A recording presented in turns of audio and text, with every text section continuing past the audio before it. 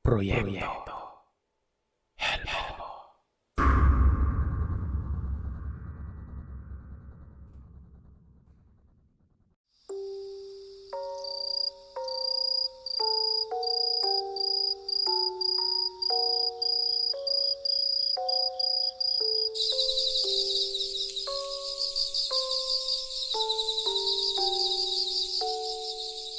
Mapagpalang araw sa inyo, Sir Seth. Tawagin niyo na lamang po ako sa pangalang Albert. Nakatira ako sa isang probinsya sa bandang Kahilonggoan. Hindi ko na po babanggitin ang eksaktong lugar na pinangyarihan mismo ng kwentong ibabahagi ko. Sa kadahilan ng kailangan ko po kasing protektahan ang lugar sa dami ng natatanggap naming pangbabash mula sa ibang lugar. Kesyo kami raw ay nakatira sa lugar ng mga aswang na mamamatay tao umano ang mga residente at kung ano-ano pang kwento na sa totoo lang ay wala namang katotohanan at nakakainit lang talaga ng ulo. Palagi kong naririnig ang mga kwentong kababalagan ninyo sa tuwing nagpapalipas ako ng oras sa bahay. Kapag may day off, ang inyo kaagad na channel ang aking hinahanap para malibang sa pakikinig. Marami namang iba pero bukod po kasi sa nagagandahan ako sa boses nyo, ay may mga nakukuha akong aral sa bawat kwento. At mas lalong lumalakas ang loob kong ibahagi itong mga nalalaman ko. Na-inspire ako sa dami ng mga nagpapadala ng kwentong katatakutan sa inyo, Sir Seth. Kaya naisip ko na ding ipadala ang kwentong kababalagang meron ako na naging karanasan naman ng aking lolo Abet noong siya ay binata pa lang. Dito sa Iloilo, isang kilalang tao ang ama ni Lolo Abet. Isa po kasi siyang kung tawagin natin ay mang-uukit. Ang kanyang talento ay kumakalat na sa aming buong lugar noong araw kaya marami ang nagkagusto sa kanyang talento. Kaya niyang gumawa ng mga intrikadong disenyo sa isang aparador, sa mga upuan, mesa at kahit na anong klaseng muebles na kahoy kung saang pwedeng merong ukitan. Madalas siyang imbitahan ng mayayamang tao sa kani-kanilang bahay para gumawa ng mga bagay na may magagandang imahe. Malaki ang ibinabayad sa kanya kaya kahit papano, nagkakapera sila na siya namang ginagamit nila doon sa araw-araw na pangangailangan. Noong mga unang araw daw kasi nila ay taghirap nun at tinitiis na lamang ang 2 beses na pagkain sa isang araw. Sa kagaya ni Lolo na may kalusugan, sa awa ng Diyos ay madali siyang gutumin. Ang nanay ni Lolo Abet ay isang masahista. Karamihan sa kanyang mga suki ay napagsasabihan niya ng tungkol sa talentong meron ng kanyang asawa. Dahil dito ay madalas maimbitahan ng mga suki ng nanay ni Lolo Abet ang kanyang ama para mag-ukit ng muebles sa kanila.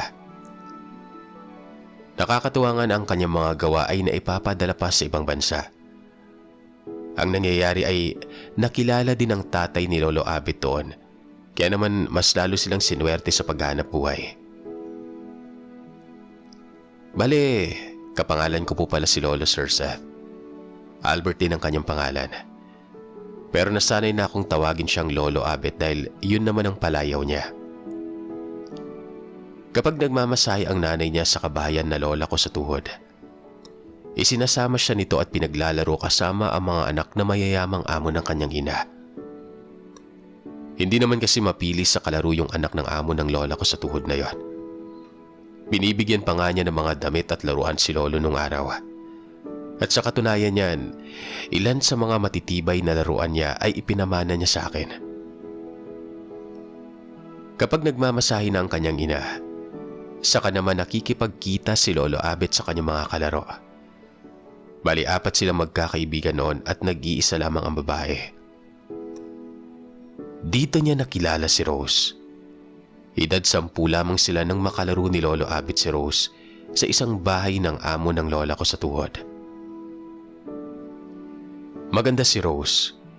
Kawig po siya ni Gloria Romero. Medyo morena nga lang umano siya at hindi naman katangkaran. Ayon sa pagkakakwento sa akin ni Lolo Abet, makulit na klaseng bata si Rose. Mahilig siya sa mga panlalaking mga laro at madalas pang nananalo. At dahil dito ay naaagaw na ni Rose ang atensyon ni Lolo noon. Ang babae kasi hindi naman maarte. Sa katunayan niyan, mas komportable pa siyang maglaro kahit naaalikabukan na at wala namang malaking issue iyon sa kanya. Palagi na silang magkasama at minsan nga kinukulit na raw ni Lolo ang kanyang nanay na umalis na sila para magmasahe. Sabi naman ng lola ko sa tuhod, huwag siyang masyadong magtitiwala sa mga taong kailan lamang niya umano nakilala. Hindi niya daw alam ang lihim ng mga ito at baka dumating ang panahon na masaktan lamang siya. Kaya naman ginagawa ni Lolo Abit ang lahat para wag nang magduda sa kanya ang lola ko sa tuhod nun. Mula noon, naging pasimple na ang mga galaw ni Lolo. Nakikipaglaro na siya kay Rose pero malayo sa mga mata ng lola ko. Sabay silang lumaki hanggang sa tuluyan na ngang maging dalaga at binata noon. Hindi sa nagmamayabang pero may itsura po yung lolo ko. May lahing Espanyol kasi ang mga ninuno namin. Kahit ilang beses siyang ibilad sa tirik na araw ay hindi naman siya umiitim. Namumula lang. Habang tumatagal, mas lalo raw nahuhumaling sa taglay na kagandahan ni Rose si Lolo Abet. Alam niyang napakarami ang nagbabalak manligaw sa dalaga kaya palagi siyang nakadikit dito. Hindi niya lubos maisip na yung dating sipunin at makulit niyang kaibigan ay isa ng napakagandang bulaklak ngayon. Minsan, nagpaalam si Lolo Abit sa mga magulang niya na gusto niyang ligawan si Rose. Natuwa ang kanyang mga magulang na nagbibinata na raw ang kanilang anak. Pero hindi nila gusto ang katotohanan na si Rose ang napupusuan ng binata nila. Ang kwento nga sa akin ni Lolo, kung hindi lamang sila nagkaproblema ni Rose noon baka hindi raw ako nag-exist. Baka ibang apo raw ang meron siya ngayon pero hindi niya naman pinagsisisihan na ako ang kanyang naging apo. Sa madaling salita, Sir Seth, ayaw ng mga magulang ni Lolo Albert kay Rose. Pero ayaw din naman nilang sabihin ang dahilan. Dahil dito ay nakaramdam ng pagre-rebelde si Lolo Abit sa kanyang mga magulang. Naging matigas ang kanyang ulo at palasagot na hindi nagustuhan ng mga ito. Dahil sa nangyari, naranasan ni Lolo Albert ang maging tambay. Hindi na siya nag-aaral ng mabuti at palagi pa siyang nakikipagbasag ulo. Hiyang-hiya ang kanyang mga magulang sa lahat ng kabulastugang pinaggagawa niya noon. Kinausap nila si Lolo Albert at pinagsabihang ayusin ang buhay niya. Hahayaan umano nilang ligawan niya si Rose sa kondisyon na huwag silang sisisihin sa huli anuman ang mangyari. Biglang nag-iba ang ihip ng hangin, Sir Seth. Naging mabait bigla si Lolo. Humingi siya ng kapatawaran sa mga taong naargabyado niya at nag-aral siya ng mabuti noon. Sa pagkakataong yon, niligawan na niya si Rose na makalipas lamang ang ilang buwan. Biglaan na lamang tumamlay. Ilang beses niya umanong tinanong ang babae kung may problema ba ito, na sinasagot na lamang naman ng iling at pananahimik. Sa pagkakaalam ni Lolo Abet, ang mga magulang ni Rose ay nakatira sa liblib na probinsya, sa parte ng Aklan. Hindi pa siya nakakapunta kahit minsan sa Aklan dahil may kalayuan na ito sa aming lugar. Pero minsan, pinangarap niyang sumama kay Rose papunta doon. Ang problema nga lang, ayaw siyang pasamahin ni Rose. Ilang beses niyang tinanong kung bakit pero basta na lamang itong bumubunghalit ng iyak sa tuwing nababanggit ang tungkol sa lugar ni na Rose. Ang kanyang nalalapit na kaarawan nga ay naging pribado dahil maski si Lolo Abet ay hindi niya inimbita. Ang mas nakakalungkot pa, nagtapat ng pag-ibig si Lolo Abet kay Rose pero hindi nito tinanggap. Sa halip, nagpaalam ito na uuwi muna sa kanilang lugar dahil ang ika-18 kaarawan niya ang pinakamahalagang okasyon sa buhay niya. Nalungkot si Lolo at umiyak pero hindi siya nagalit kay Rose. Siguro nabigla ang babae sa kanyang ipinagtapat. Nakikita na kasi siya nito bilang isang kaibigan. Kaya ang magkaharap sila bilang isang binata at dalaga ay bago siguro sa paningin ni Rose. Umalis ang dalaga nang walang kahit na anong ipinangako sa kanya. Nang huli silang magkausap, nagtapat sa kanya si Rose na mahal umano siya ng babaeng ito. Pero hindi sila pwedeng magkatuluyan. Marami silang pwedeng makalaban kapag ipinilit nila ang pagmamahalan sa isa't isa. Kaya kahit masakit sa parte ni Lolo Abet, ay tinanggap niya ng buong puso na kahit kailan ay hindi na talaga sila magkakatuluyan. Ang babae na kasi ang pumutol sa katiting na pag-asang hinahawakan niya noon. Umalis si Rose nang wala ng kung ano pang mga bagay na pwedeng ipakita kay Lolo bilang patunay na may patutunguhan pa ang nag-aalab na damdamin nila. Palaging sinasabi ng babae na ginagawa niya lang daw ang lahat ng ito para na rin kay Lolo Abet dahil gusto niyang manatili itong ligtas sa lahat ng pagkakataon.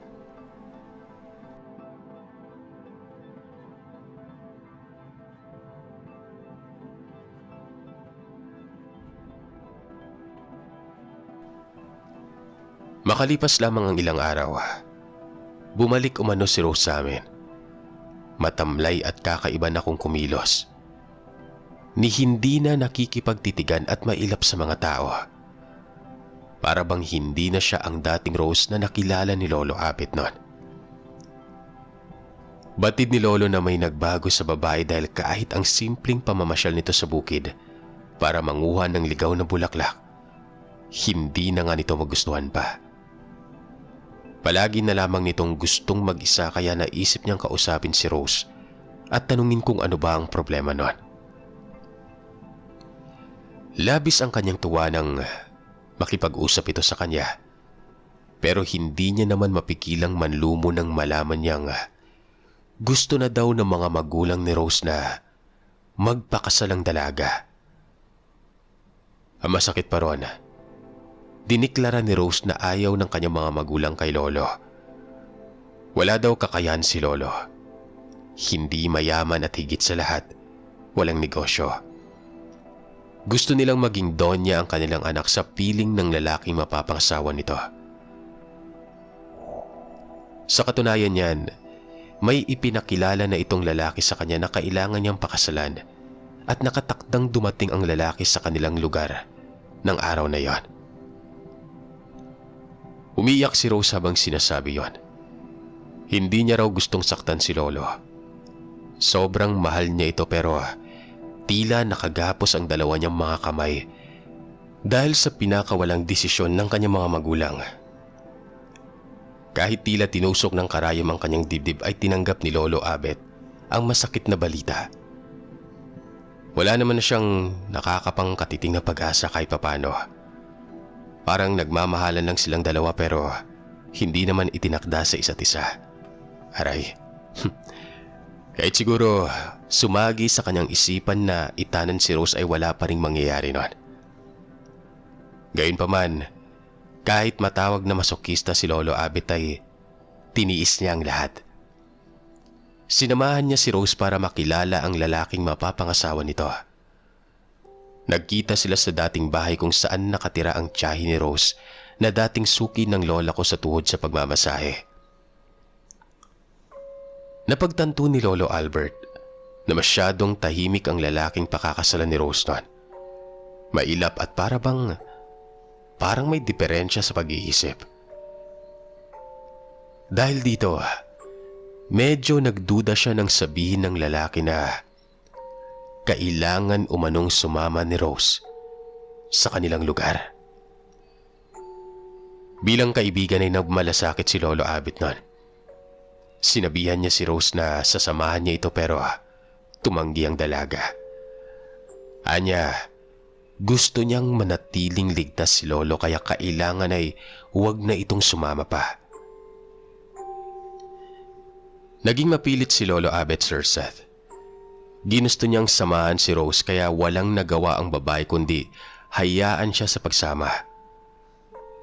Mula Iloilo, pumiyahe sila ng ilang oras papunta sa lugar ni Patricio, ang lalaking pakakasalan ni Rose. Nagtaka si Lolo nang sa pagdating nila sa nasabing lugar ay sinalubong sila ng napakaraming tao. Iisa ang kulay at estilo ng damit na suot ng mga ito. Kaya naman para makampante si Rose na halatang kinakabahan, siniguro ni Lolo na nasa likuran lamang siya ng dalaga. Nakilala nila ang mga magulang ni Patricio. Mababait naman ang mga ito at mahalatang mayaman pero may kakaiba talaga sa kanilang kilos na hindi maintindihan ni Lolo. Pero kahit ganon, kinukutuban siya ng masama nun. Gayunpaman, hindi naman siya nagpalata na may iba siyang mga bagay na napapansin. Basta nagpatuloy lamang daw siya sa pagmamatsyag hanggang sa patuluyin sila ng mga magulang ni Patricio sa bahay. Malaki ang bahay ng lalaking pakakasalan ni Rose. Ang sabi nga ni Lolo, mayaman at mukhang hindi basta matitibag. Napakarami pang utusan na parabang nakadepende na ang lahat ng kabuhayan nila sa mga magulang ni Patricio. Naisip nga niya kung gaano ba kalaki ang pera nito sa bangko at napakarami nitong taong pinasisweldo. Sa pagkakaalam ni Lolo, hindi naman daw kilalang tao ang pamilya dahil basta na lamang itong sumulpot sa mga buhay nila at nagpakilala bilang mapapangasawa ni Rose. Iginiya sila ng mga katulong sa kani-kanilang kwarto na tutuluyan. Pansin ni Lolo Abet, kakaiba ang silid na napuntahan niya. Puro kortina at parabang sinisiguradong hindi maririnig ang kahit na anong ingay mula sa labas. Kaya naman para makasigurong wala ngang masamang mangyari, pumuslit si Lolo papunta sa labas ng hindi napapansin ng mga tao sa loob nun. Patakbo siyang tumalilis papunta sa main door ng may maulinagan siyang seryosong nag-uusap. Kesyo pagsapit umano ng gabi, kailangan nang ihanda ang altar. Kailangang bihisan ng napakagandang damit ang kanilang alay at kailangan umanong painumin ng pampalimot si Lolo bilang ritual na siya ay magiging kabilang na sa kanila. Bigla nang dumagundong ng kaba ang dibdib ni Lolo noon. Hindi niya alam kung ano pa ang dapat niyang gagawin para balaan si Rose dahil hindi niya alam kung nasaan ito.